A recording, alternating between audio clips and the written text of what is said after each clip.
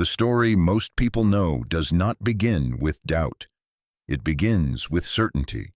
It says that Howard Hughes was a rare mind who burned too bright. That brilliance, pushed beyond its limit, eventually collapsed inward. The conclusion feels neat. It feels earned. And because it feels earned, it is rarely questioned. In this version of events, Hughes is remembered first as a prodigy, a young man with inherited wealth who multiplied it through obsession and precision, a filmmaker who forced Hollywood to bend to his standards, an aviator who treated gravity as a negotiable constraint, an industrialist who built machines that governments could not afford to ignore. This early chapter is always told with admiration. It establishes legitimacy. It prepares the audience to accept what comes next. Because the story then pivots.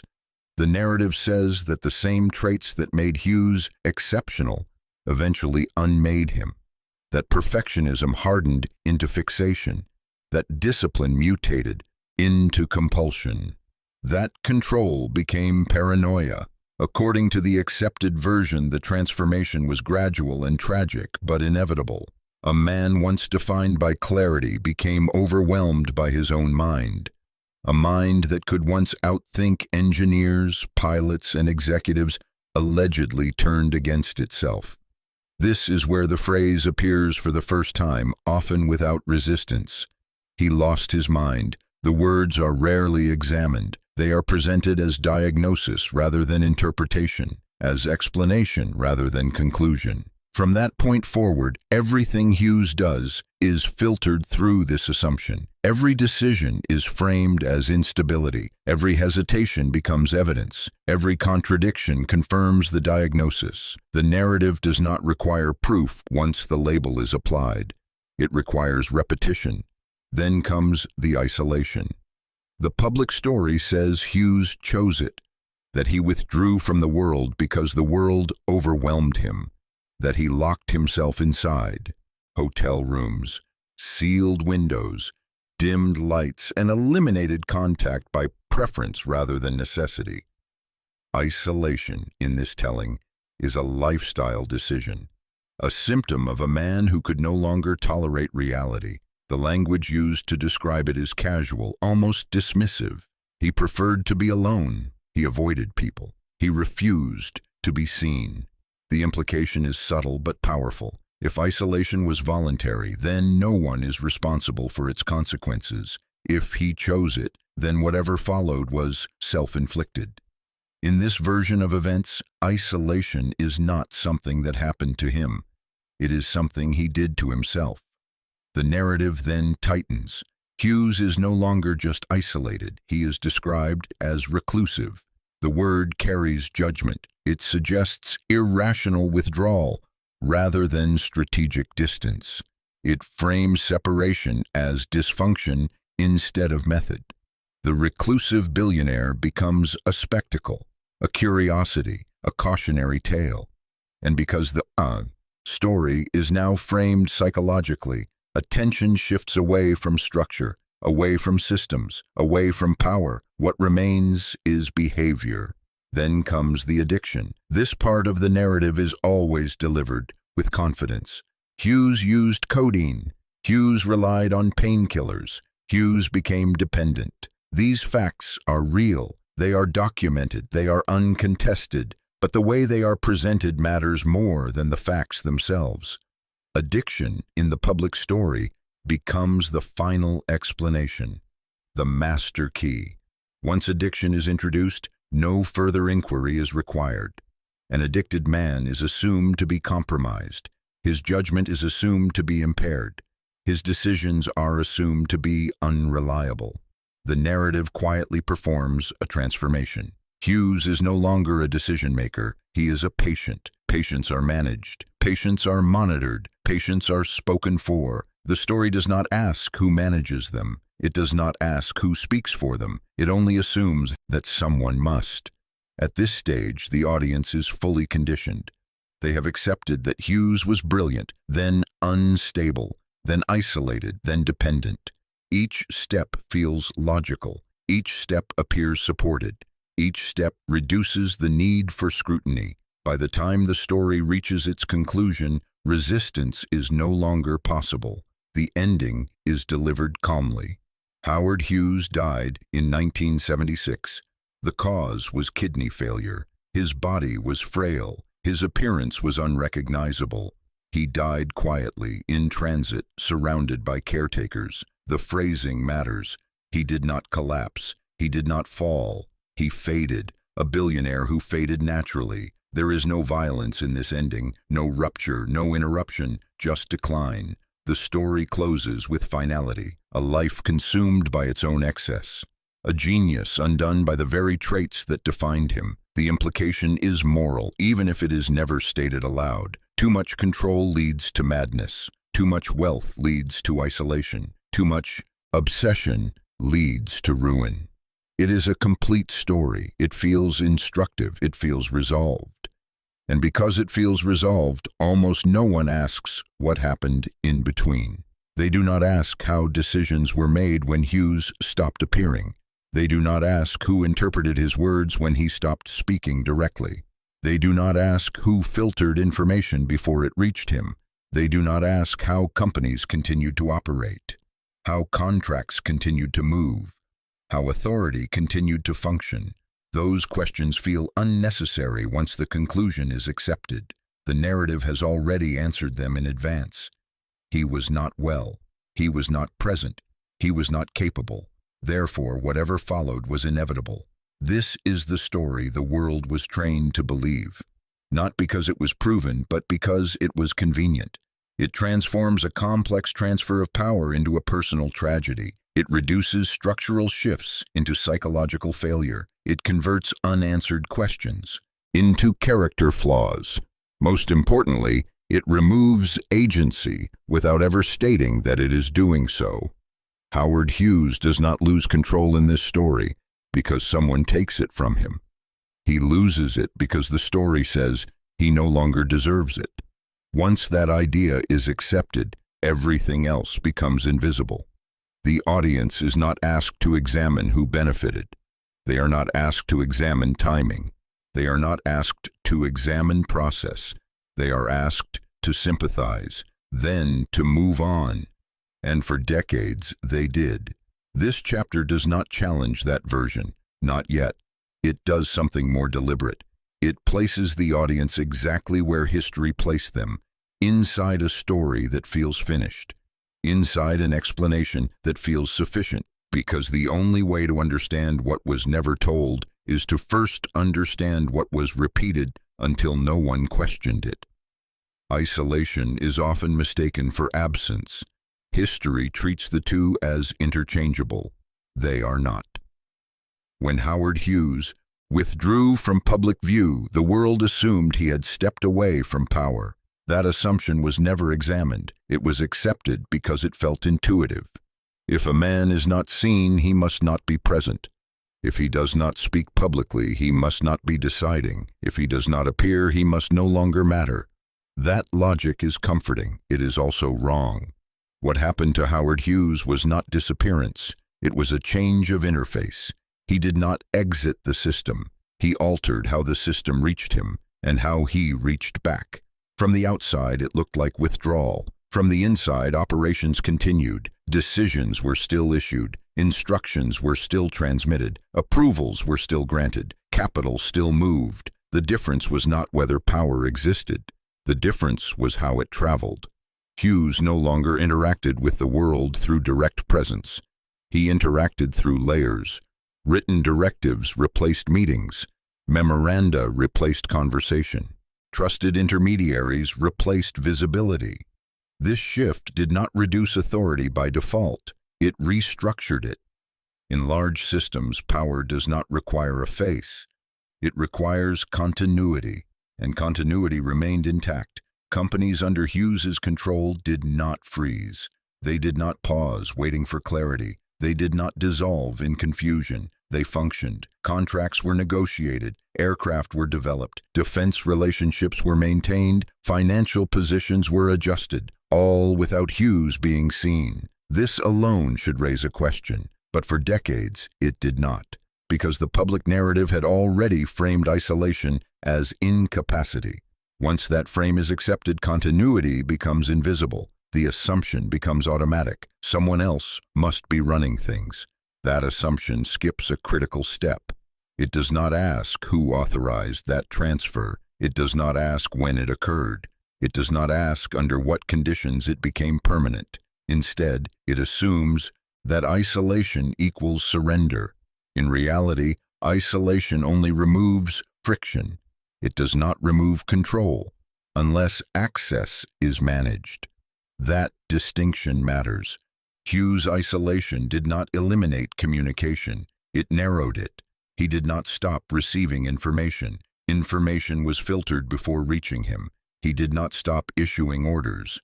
Orders were interpreted before being executed. This created a new architecture of power, one that functioned quietly. In this architecture, visibility was no longer required, but mediation was. Every message passed through someone. Every request was processed by someone. Every decision was contextualized by someone. That someone mattered more than ever. Yet the public story ignores this layer entirely. It treats Hughes' isolation as a vacuum. Vacuum implies emptiness. Emptiness implies replacement. But what existed was not a vacuum. It was a bottleneck. Power did not vanish. It slowed, narrowed, and concentrated. When power passes through fewer channels, those channels gain influence. Not because they seize it, because they carry it. This is where discomfort begins. Because the moment a leader becomes inaccessible, access itself becomes power. Who decides which messages reach him? Who decides when he is disturbed? Who decides how information is framed? Who decides what is urgent and what can wait? These decisions shape outcomes long before a directive is written. They are invisible decisions. They are rarely documented. They are almost never investigated. And yet they determine reality. Hughes's isolation created an environment where presence was replaced by proximity. Those closest to the interface became the interface.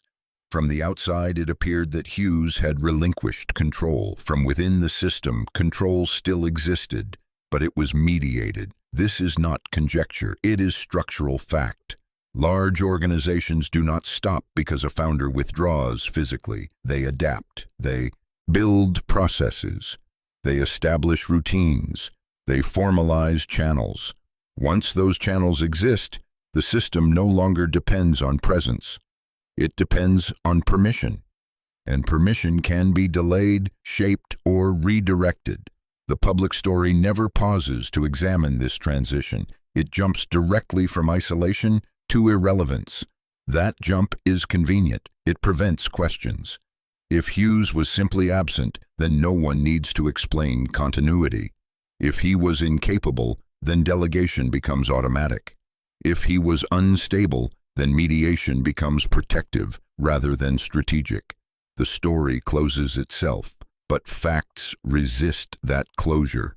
Hughes's companies did not drift aimlessly. They pursued specific objectives. They aligned with government interests. They positioned themselves advantageously within the defense ecosystem. These outcomes required intent. They required authorization. They required alignment. They did not happen spontaneously, which leads to an uncomfortable realization. Isolation did not end Hughes's authority. It transformed it into something less visible and more fragile. Fragile not because it was weak. Fragile because it depended on trust without oversight. When a leader is visible, contradiction is immediate. When a leader is present, misrepresentation can be challenged. When a leader is isolated, contradiction is filtered. Misrepresentation is contextualized. Errors are corrected silently, or not at all. This does not imply malice. It implies opportunity. Opportunity for interpretation. Opportunity for delay. Opportunity for substitution.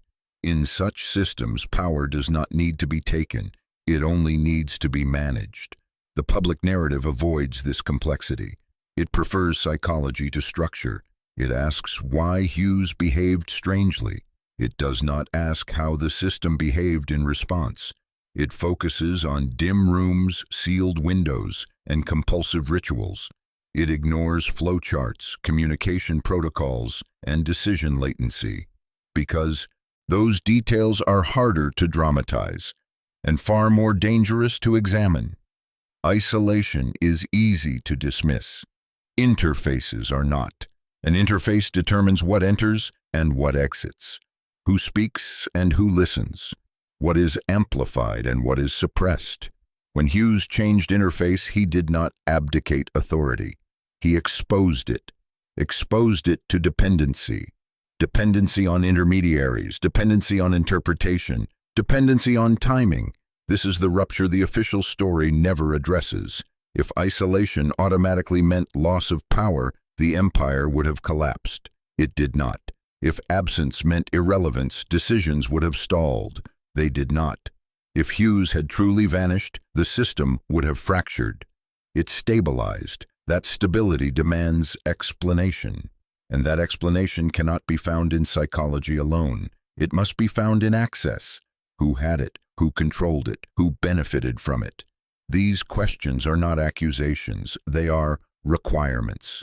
Any serious investigation must account for continuity under isolation.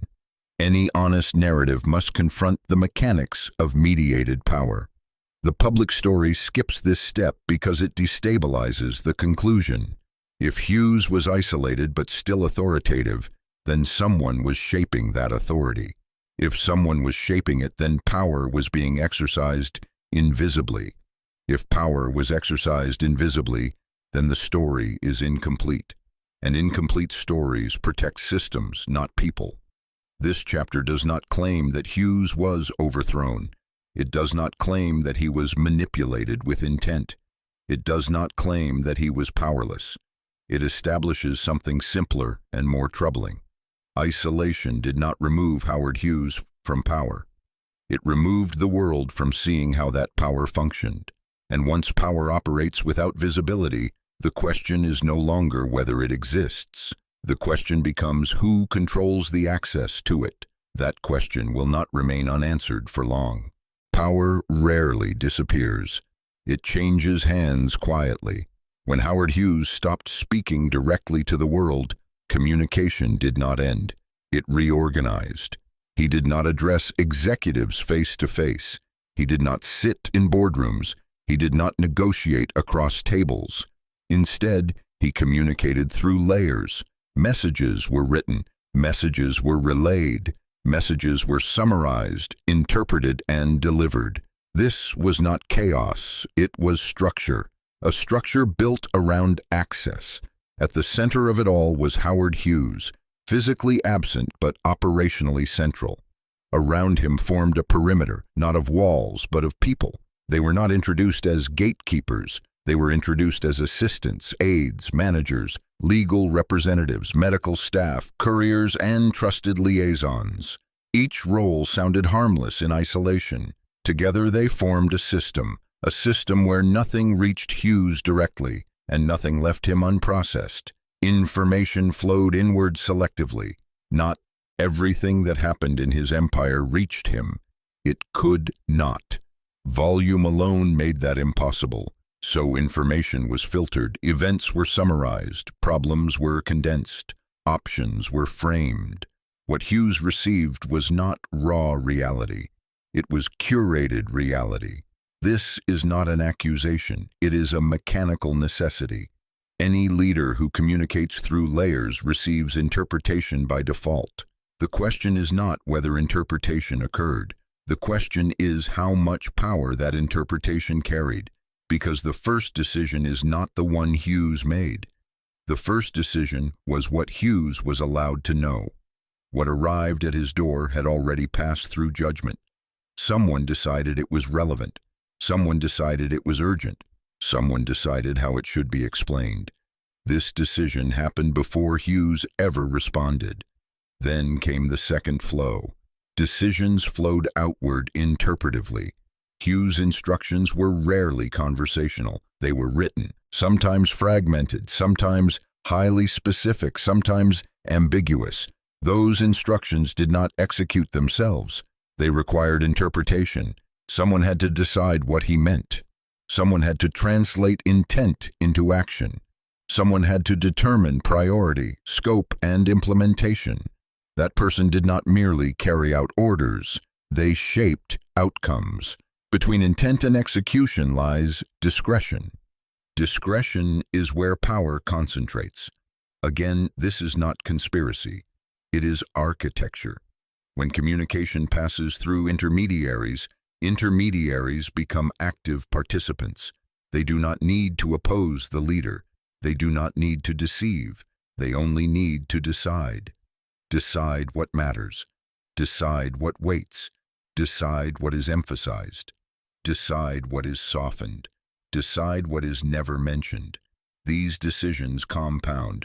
Over time, they form direction. The public narrative never examines this layer. It treats intermediaries as neutral conduits. But conduits do not think. People do. And people operate under incentives. Time pressure, risk avoidance, personal reputation, organizational loyalty, legal exposure. Each incentive shapes behavior subtly, often invisibly. No single decision appears decisive. No single action appears manipulative. But collectively, they guide the system. This is how power moves without fingerprints. The more isolated Hughes became, the more critical these roles grew. Not because they seized power, because power flowed through them. Access became leverage. Who could reach Hughes mattered more than who could disagree with him. Who could interrupt him mattered more than who could persuade him. Who could frame a problem mattered more than who could solve it. This dynamic is rarely acknowledged because it does not resemble takeover. It resembles administration. Administration feels safe. It feels boring. It feels apolitical. But administration decides outcomes. The system did not ask whether Hughes was capable. It adjusted around his limitations. In doing so, it created a buffer zone, a zone where decisions were delayed, accelerated, or redirected before ever reaching him, a zone where responsibility blurred. When something succeeded, it was attributed to Hughes's legacy. When something failed, it was attributed to his condition. The buffer absorbed accountability in both directions. This is how authority dissolves without being removed, not through confrontation, through insulation. The public story never interrogates this insulation. It jumps from isolation to impotence. But impotence does not explain continuity. The companies did not drift. They did not stall. They did not fracture. They advanced. Advancement requires alignment. Alignment requires coordination. Coordination requires someone deciding. Those decisions happened in the layers, yet no one names them, not because names are hidden, but because naming them misses the point. This is not about individuals. It is about function. Any system that depends on mediated communication eventually shifts power toward mediators. That shift does not require intent. It requires time. Each layer becomes a point of friction. Each point of friction becomes a point of influence. Over years, influence becomes authority. Authority exercised quietly does not announce itself. It embeds. This is why the key question is not dramatic. It is structural. When a man speaks only through intermediaries, who is really speaking? Is it the originator of the message or the one who shapes how it is heard? Is it the author of the directive or the executor who decides its meaning? These questions unsettle because they have no clean answer. The public prefers villains. This story offers none. There is no need for betrayal, no need for conspiracy, no need for coordination. The system itself redistributes power automatically. Hughes did not need to be opposed. He needed to be buffered, and buffers do not look dangerous. They look helpful. They protect, they manage, they streamline, they also decide. This chapter does not claim Hughes was deceived. It does not claim he was exploited. It establishes something more precise, that once communication is layered, authority becomes shared without being acknowledged, and shared authority eventually becomes displaced authority, not because someone takes it, because no one notices when it moves. The public story never followed the power through these layers. It stopped at the door. This chapter opens it, not to point fingers, but to reveal the mechanics that operate whenever access is controlled. Because from this point forward, the question is no longer what Hughes wanted. The question becomes how much of what happened actually originated with him, and how much passed through hands that history chose not to see. Empires built around a single individual are supposed to fracture when that individual weakens. That is the rule history teaches. Founders fade, systems wobble, vision disappears, direction blurs, power decentralizes, then collapses. That is what should have happened, but it didn't. As Howard Hughes's physical condition deteriorated, his empire did not follow him into decline. It adjusted, then it stabilized. This is the paradox at the center of the story. While Hughes' body failed, the machinery he controlled continued to operate with precision. Corporations advanced, projects moved forward on schedule, strategic decisions were executed without public hesitation. Long-term initiatives did not stall. Short-term risks were managed. Nothing about the outward behavior of the companies suggested a leaderless system. Contracts held. Government agreements remained intact. Defense relationships were preserved. Financial obligations were met. Negotiations concluded successfully. In industries where instability is punished instantly, continuity signals confidence. Confidence signals authority. Assets shifted. Properties were bought, properties were sold. Capital was repositioned. Holdings were reorganized. These are not passive events. They require timing, intent, and approval. Influence remained intact. Hughes's name still carried weight. His companies still shaped markets. His interests still intersected with national priorities. He was not present, yet his reach did not shrink. All of this occurred while Hughes's condition worsened. He was increasingly isolated, physically weakened, dependent on medication, detached from normal rhythms of life. The contrast is stark. A man declining rapidly, a system operating smoothly. That contrast demands explanation. The public narrative offers one. It suggests momentum. The idea is simple. Hughes built something so large, so powerful, that it continued moving on its own. This explanation sounds reasonable. It is also incomplete. Momentum does not explain direction. It explains motion. These companies did not merely continue. They adapted. Adaptation requires decision-making. Decisions require authority. Authority requires a source. The story never identifies that source once Hughes disappeared from view. It assumes continuity is automatic. It is not. In complex organization, stability during leadership decline is rare. When it happens, it usually signals one of two things. Either the leader has successfully institutionalized governance structures that distribute authority clearly, or the system has quietly recentered power elsewhere. The public story prefers the first explanation. It is flattering. It preserves the myth of the visionary founder, but the evidence suggests something more nuanced. Hughes's empire did not decentralize transparently. There was no clear succession, no public transition of leadership, no formal acknowledgement that authority had shifted, and yet decisions were made. This creates a contradiction. If Hughes was no longer fully operational, someone else had to be. If someone else was operational, authority had to be exercised.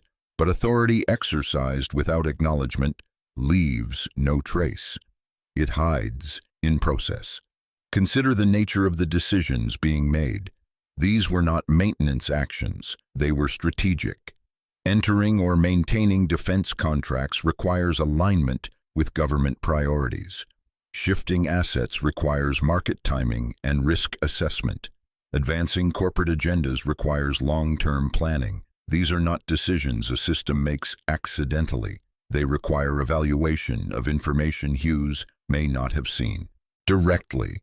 They require interpretation of conditions Hughes may not have experienced firsthand. They require judgment. Judgment exercised repeatedly becomes leadership. Yet the narrative insists that Hughes remained the sole authority. Both cannot be true simultaneously. Either Hughes retained operational control despite his isolation and illness, or operational control migrated without public recognition.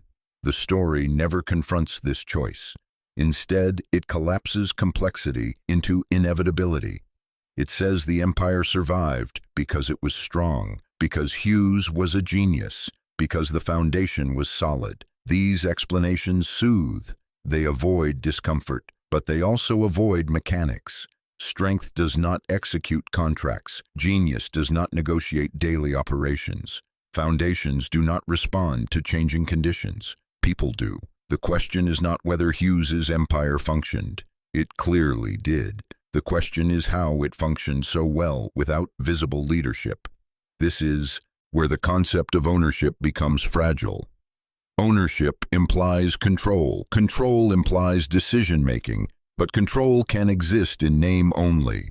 In practice, control belongs to whoever can act. If decisions were being made consistently, then someone had authority to make them. If authority existed, then it was being exercised. If it was being exercised without Hughes's direct involvement, then the system no longer required him to function. This does not mean he was irrelevant. It means he was no longer essential. That distinction is critical. An empire that no longer needs its founder has crossed a threshold. At that point, the founder becomes symbolic, useful for legitimacy, useful for continuity, but no longer central to execution. The public story never acknowledges this threshold. It treats Hughes as both incapacitated and controlling. That contradiction passes unnoticed because it is never framed explicitly. The empire's stability masks the transition. Stability reassures observers. Reassurance reduces scrutiny. No one asks how decisions are being made when outcomes remain favorable. Success is the most effective camouflage. If the empire had faltered, questions would have followed. If profits had collapsed, investigations would have begun. If contracts had failed, responsibility would have been assigned. But none of that happened. The system worked. And because it worked, no one looked inside it. This is how power shifts without headlines, not through crisis, through competence. A functional system does not announce its internal changes, it absorbs them. Over time, the founder's absence becomes normalized. The processes replace the person. The interface replaces the origin. At that stage, the founder's decline no longer threatens the system. It threatens only the narrative. The narrative insists that Hughes's withdrawal caused the empire to drift. The facts show the opposite. As Hughes withdrew, the empire clarified. Responsibilities became defined. Channels hardened. Procedures solidified. These changes increase efficiency. They reduce dependency. They also reduce the founder's leverage. Once the system no longer needs direct input, authority becomes optional. Optional authority is fragile authority. It exists until challenged, or until it is no longer required. This is why the moment of loss is rarely dramatic. There is no single event where Hughes lost control. There is no document that transfers power explicitly. Control dissolves through irrelevance. When a system functions without interruption, the absence of a decision-maker becomes acceptable. Acceptable absence becomes permanent. Impermanent absence. Permanent absence becomes history. By the time Hughes died biologically, his operational death had already occurred, not because he was removed, because the system adapted around him. This adaptation was not hostile, it was efficient. Efficiency does not ask permission, it responds to conditions. Hughes's condition created constraints. The system responded by minimizing dependency on him. That response preserved the empire. It also redefined ownership. The owner remained. The need for the owner did not. This is the core paradox. An empire that survives its founder's collapse without visible transition reveals that power had already migrated. not upward, not downward, sideways, into processes, into roles, into routines. Once power is embedded in routine, it no longer belongs to a person. It belongs to the system. And systems do not mourn, they continue. This is why the empire did not collapse with Hughes. It stabilized. And stability under these conditions is not evidence of strength. It is evidence of replacement. Replacement without announcement. Replacement without ceremony. Replacement without resistance. That should not be possible. And yet it happened. Because power does not require presence once structure replaces personality. And when that moment arrives, the founder's decline becomes irrelevant to outcomes. The empire no longer rises or falls with him. It moves on. The public story ends with Hughes's death. It treats that moment as closure, but the real ending occurred earlier. It occurred when the system stopped needing him to function. That is not tragedy. It is transition. And transitions without witnesses are the hardest to see. The next question is unavoidable. If the empire had already adapted, if authority had already migrated, if decisions no longer depended on Hughes's direct involvement, then his death did not change the system. It only confirmed something that had been true for years. Which means the most important moment in this story is not when Howard Hughes died. It is when the empire learned how to live without him. Death is often treated as the end of power. History prefers clean endings, a final breath, a final moment, a final cause. But power does not obey biology. For Howard, Hughes' death was not the event that mattered. It was only the confirmation. The medical record is not in dispute. Kidney failure, severe malnutrition, a body degraded by years of physical decline, chronic pain, and dependency. The clinical explanation is plausible. It is sufficient. It does not need to be challenged. But medicine explains how the body stopped. It does not explain when power stopped. Those are two different timelines. Howard Hughes died biologically in 1976. But the question this chapter asks is simpler and more precise. When did he die operationally? Because power does not end when the heart stops. It ends when decisions no longer originate from the person who is supposed to hold it.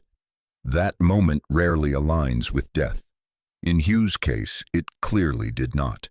By the time his body failed completely, the system around him had already adapted to his absence.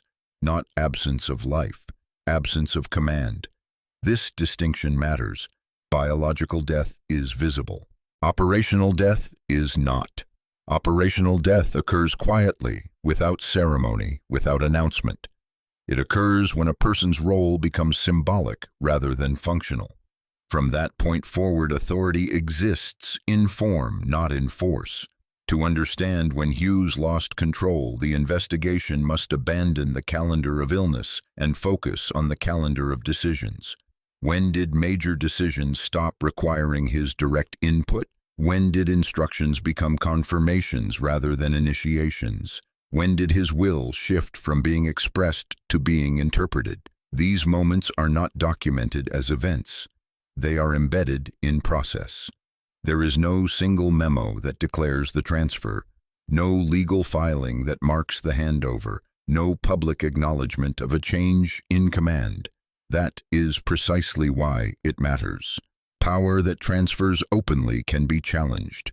Power that transfers procedurally cannot. As Hughes's isolation deepened, his participation narrowed, not abruptly, incrementally. At first he was consulted, then summarized, then briefed, then informed. Each stage appears minor. Together they form a pattern where decisions no longer begin with him, they end with him. Approval replaces authorship. When a leader approves decisions rather than initiating them, control has already shifted. Approval is reactive. Authorship is directive. By the time approval becomes the primary function, power has already moved upstream. This is the critical transition the public story never examines. It assumes that as long as Hughes signed off on actions, he retained authority. But authority is not defined by signature, it is defined by origin. Who decides what options exist before approval? Who frames the choices? Who determines what is presented as necessary, urgent, or inevitable? Those decisions shape outcomes long before a signature appears. When Hughes's will became procedural, his power became abstract. Procedural will operates through rules, habits, and expectations. It does not adapt. It does not challenge. It does not initiate. It maintains. Personal will disrupts. Procedural will preserves. By the later years of Hughes's life, preservation dominated. The system did not ask what Hughes wanted in the abstract. It asked what Hughes would have wanted. That shift is subtle. It is also decisive. Once intent is inferred rather than expressed, authority has already been replaced by interpretation.